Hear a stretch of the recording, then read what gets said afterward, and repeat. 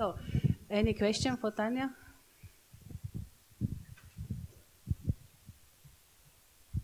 Hello, Tanja. Many thanks for your excellent speech. It was really interesting. Thank you very much. I have a question. Can you tell us something with regards what you have said just, if the body has enough endocannabinoids? So the question is, can you tell us something about dosing, overdosing? What is your idea about that? What is the vision, maybe, of you and the institute of your work? You never have easy questions. Okay. So, as regards to the dosing, it has okay. If we have enough endocannabinoids, all the work is done, and we'll all be healthy and live forever and be very youthful and healthy. But we don't know. Our bodies are exposed every day to 1,000 toxins, to 1,000 stressful factors, and our endocannabinoid system is constantly challenged. So what happens with old age and with disease and everything is that the endocannabinoids don't do the work anymore. So this is when the phytocannabinoids can play an extremely vital role. And as regards to the dosing, we have seen everywhere that the dosing is highly individual. It can range from a few milligrams to a few hundred milligrams. Here it is even more evident that our biochemistries are very individual. And the level of cannabinoids necessary for our bodies to function properly and to do the protective role is very individual. So there are no general guidelines to how much. It's something that needs to be individually. It would be perfect if we could measure the endocannabinoid system, if we could measure how much of endocannabinoids we have, what we are lacking, and then add that.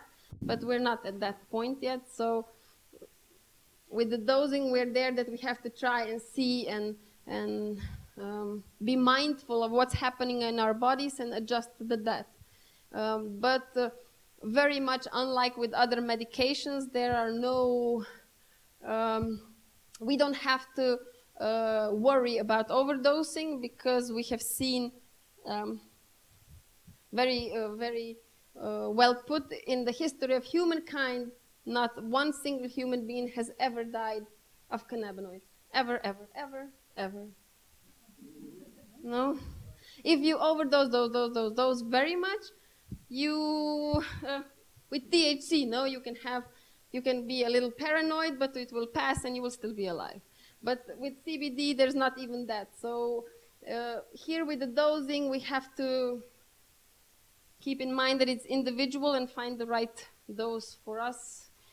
Consult with doctors that have the right ear for these things and try to find the right combination, the right doses. There was another part to the question, no? Yeah. Oh, dobra. Question more? Yes?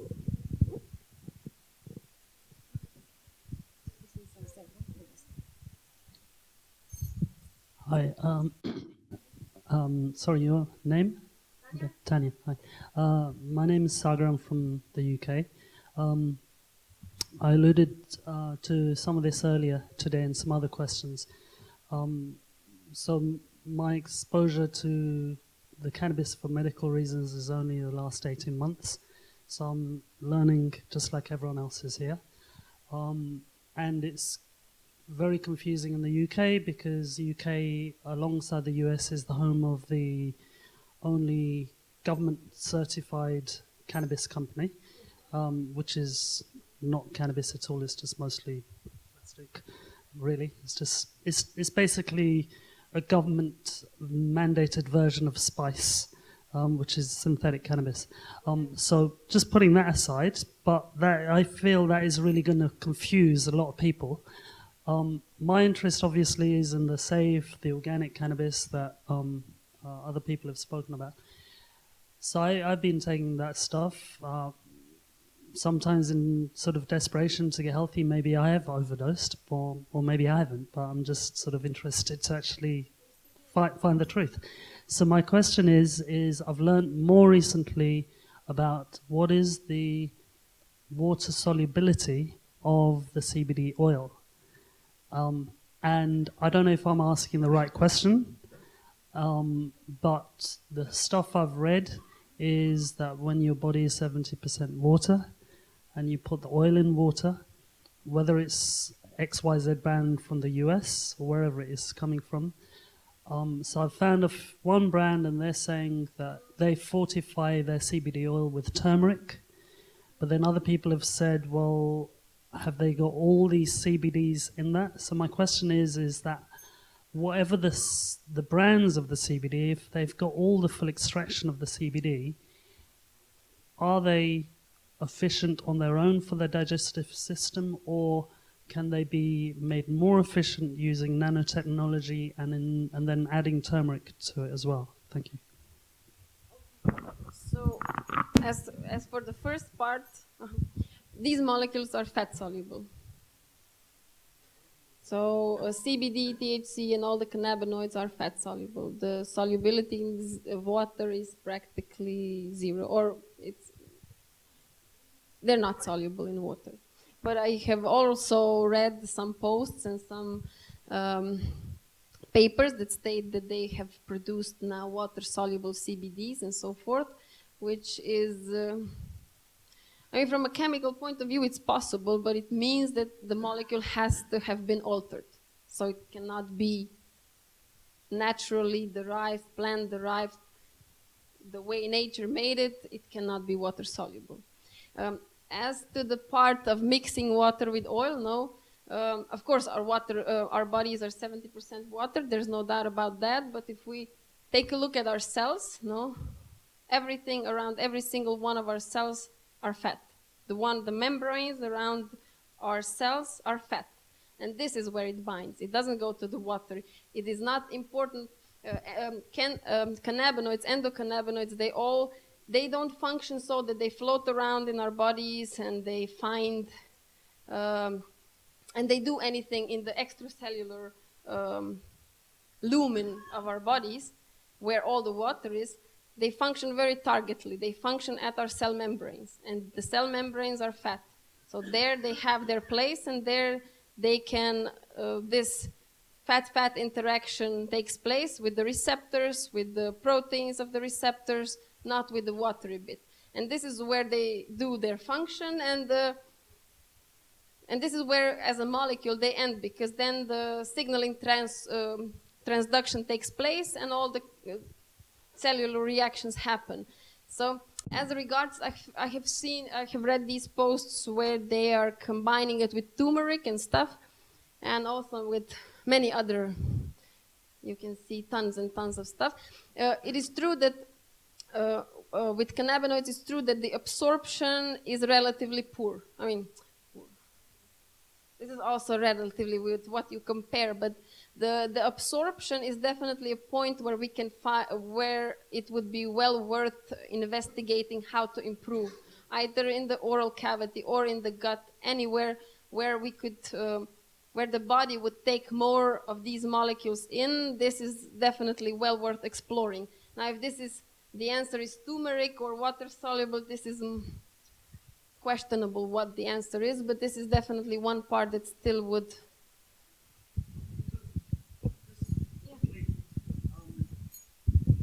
Let's just assume that, I mean, okay, what you said about it is fat soluble, so it would go to the fats first. So if we don't go down that path of saying it's water soluble and everything else, but the CBD oils that are there, like you just asked, that how do we make that more efficient to transport that CBD to the cells where I need it? So has there been any studies done on where the CBD has been combined with turmeric or saffron, just the CBD oil on it, just any of the products wherever they are, and seeing what happens then? Well, the scientific studies have not been done. I don't know if there's how much there is of empirical data, of people, because this is again problem with getting approval for these kinds of serious scientific studies. So I'm not sure if they will even happen, because they involve human beings and so forth. But so scientifically, I don't know. It hasn't been done, but. From a practical standpoint, Yeah, it makes sense. It will definitely make sense to combine them with some. I don't know if it's turmeric or not, but it will make sense to combine them with something that will enable the microvilli in our gut and stuff to bring more fat soluble molecules inside. Thank you, Sagar. Question more from audience?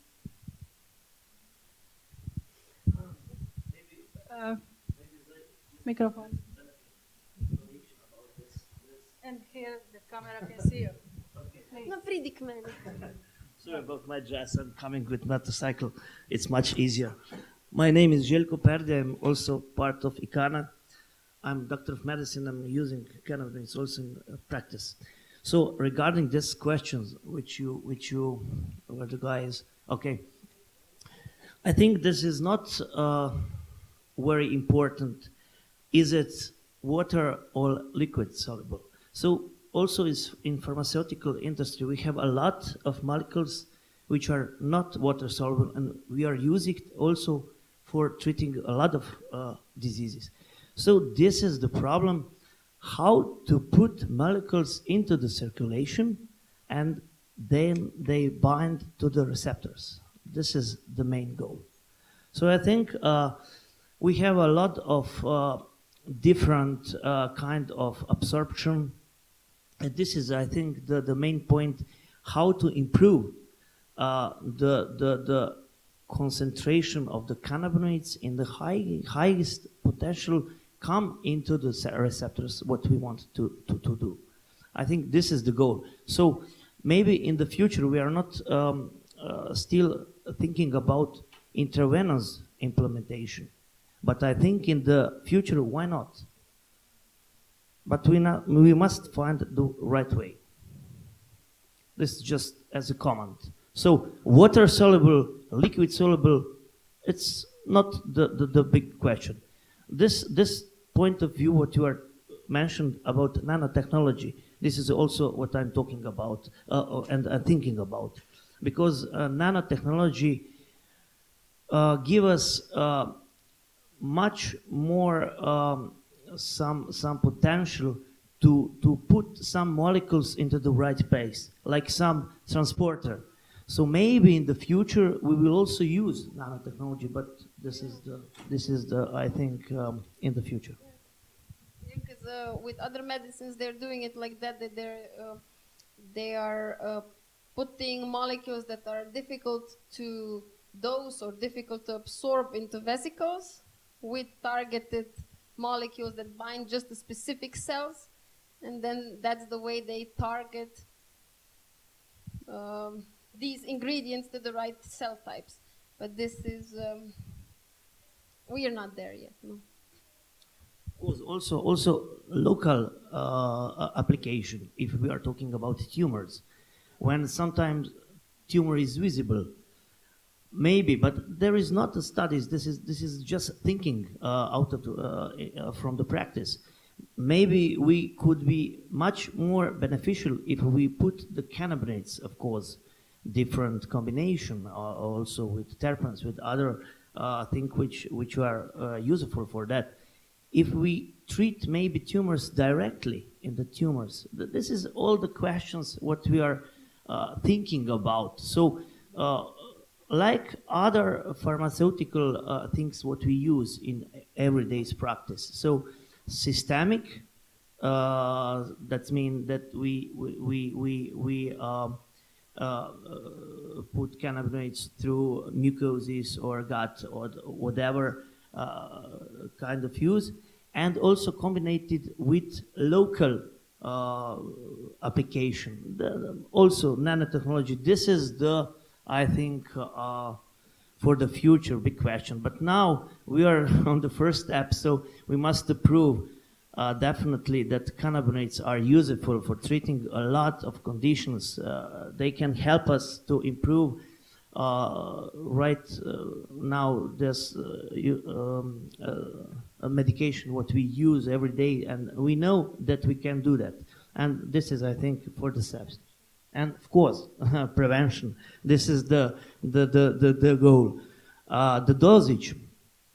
This is a holy grail, I think, because I'm personally definitely for some kind of personalized medicine in that case. So that means that if you treat any person, you must treat him personally.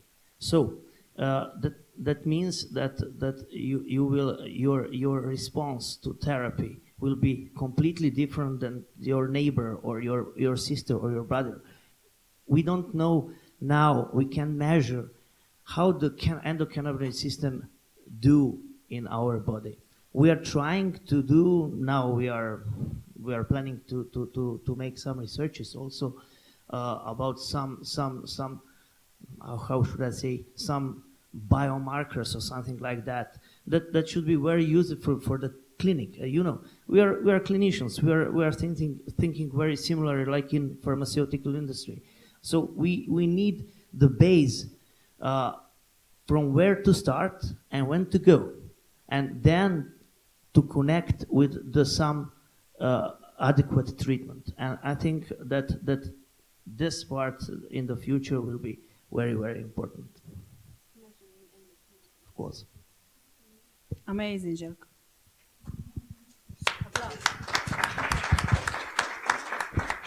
Hello, I'm Sasha. I'm a hemp farmer from Slovenia. I have two questions. Can you name a substance on planet Earth that is safer than cannabinoids? And my second question, why did the Institute for Health of Slovenia put out this document last month in July that regulates the daily intake of cannabinoids? Thank you. Right now, I cannot name a safer substance. As regards to what the National Institute issued about daily intake is, we have naturally read it.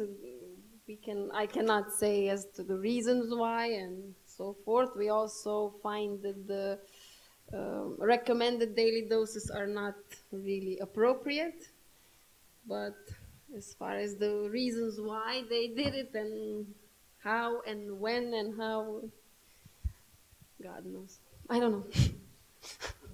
Question more from public? No. It was so amazing, Tanja. There's no questions anymore. Thank you very much. So this was Miss Docent Dr. Tanja Bagar, ICANA, International Institute for Cannabinoids.